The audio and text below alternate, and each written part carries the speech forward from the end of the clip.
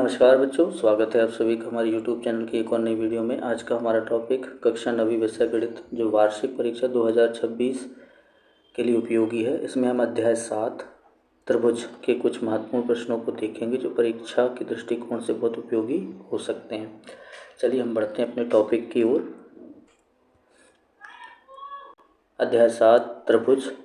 प्रश्न क्रमांक 1 सही विकल्प चुनकर लिखिए। इसका पहला, एक समबाहु त्रिभुज का प्रत्येक कोण होता है, तो इसका आंसर है बा 60 अंश। दूसरा, निम्नलिखित में से कौन त्रिभुजों की सर्वांग समता की कसौटी नहीं है, तो इसका आंसर है SSA। प्रश्न क्रमांक 3, समान आकार एवं समान माप वाली आकृतियाँ कहलाती हैं, तो इसका आंसर है A सर्वांग सम।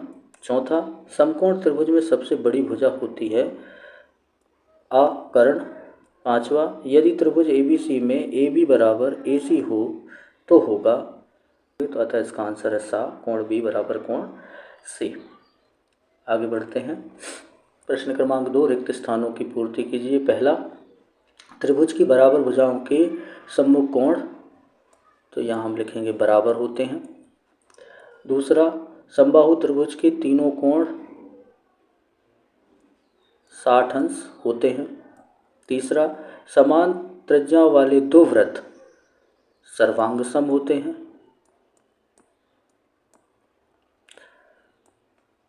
चौथा, यदि एक त्रिभुज की तीनों भुजाएं दूसरे त्रिभुज की तीनों भुजाओं के बराबर हों तो त्रिभुज सर्वांग सम होते हैं। पांचवा, यदि किसी त्रिभुज जिसकी दो भुजाएं बराबर हों वह समद्विबाहु त्रिभुज कहलाता है। प्रश्न क्रमांक 3, सत्य और असत्य लिखिए। पहला, समान भुजाओं वाले दो वर्ग सर्वांग सम नहीं होते, तो यह कथन हमारा असत्य है। दूसरा, समान त्रिज्या वाले दो वृत्त सर्वांग सम होते हैं, यह कथन सत्य है। तीसरा, दो आकृतियां सर्वांग सम होती हैं यदि उनका एक ही आकार और एक ही माप हो, यह कथन सत्य है। चौथा, यदि दो त्रिभुजों के संगत कोण बराबर हों तो त्रिभुज सर्वांग सम होते हैं, यह कथन हमारा सत्य है।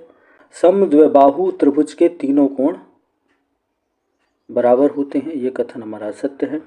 सभी वर्ग सर्वांग सम होते हैं, यह कथन हमारा सत्य है। सातवां, यदि दो त्रिभुजों की संगत भुजाएं बराबर हों तो त्रिभुज सर्वांग सम होते हैं, यह कथन सत्य है। आठवां, समान परिमाप वाले दो वर्ग सर्वांग सम होते हैं, तो यह कथन हमारा सत्य है। इस तरह सत्य सत्य के प्रश्न। आगे बढ़ते हैं। चौथा, सही जोड़ी बनाइए। पहला है, त्रिभुज जिनका एक कोण 90 अंश हो, समकोण त्रिभुज। दूसरा, त्रिभुज जिसकी दो भुजाएं समान हों, समद्विबाहु त्रिभुज। तीसरा, त्रिभुज जिनकी तीनों भुजाएं समान हों, समबाहु त्रिभुज। चौथा, त्रिभुज जिनका प्रत्येक कोण 90 अंश से कम हो, न्यून कोण त्रिभुज। समान भुजाओं वाले दो त्रिभुज सर्वांग सम त्रिभुज। इस तरह सही जोड़ी बन जाएगी। आगे बढ़ते हैं। एक वाक्य शब्द में उत्तर दीजिए। पहला, समबाहु त्रिभुज किसे कहते हैं? जिसकी तीनों भुजाएं समान होती हैं उन्हें समबाहु त्रिभुज कहते हैं। दूसरा, किसी त्रिभुज में अधिकतम कितने समकोण हो सकते हैं? तो इसका आंसर है एक समकोण हो सकता है। तीसरा, किसी त्रिभुज में कम से कम कितने न्यून कोण हो सकते हैं? दो, कम से कम दो न्यून कोण हो सकते हैं। चौथा, त्रिभुज के तीनों कोणों का योग कितना होता है? तो इसका आंसर 180। पांचवा, एक त्रिभुज में कितनी भुजाएं शीर्ष एवं कोण होते हैं? भुजाएं 3 होती हैं, शीर्ष 3 होते हैं और कोण 3 होते हैं।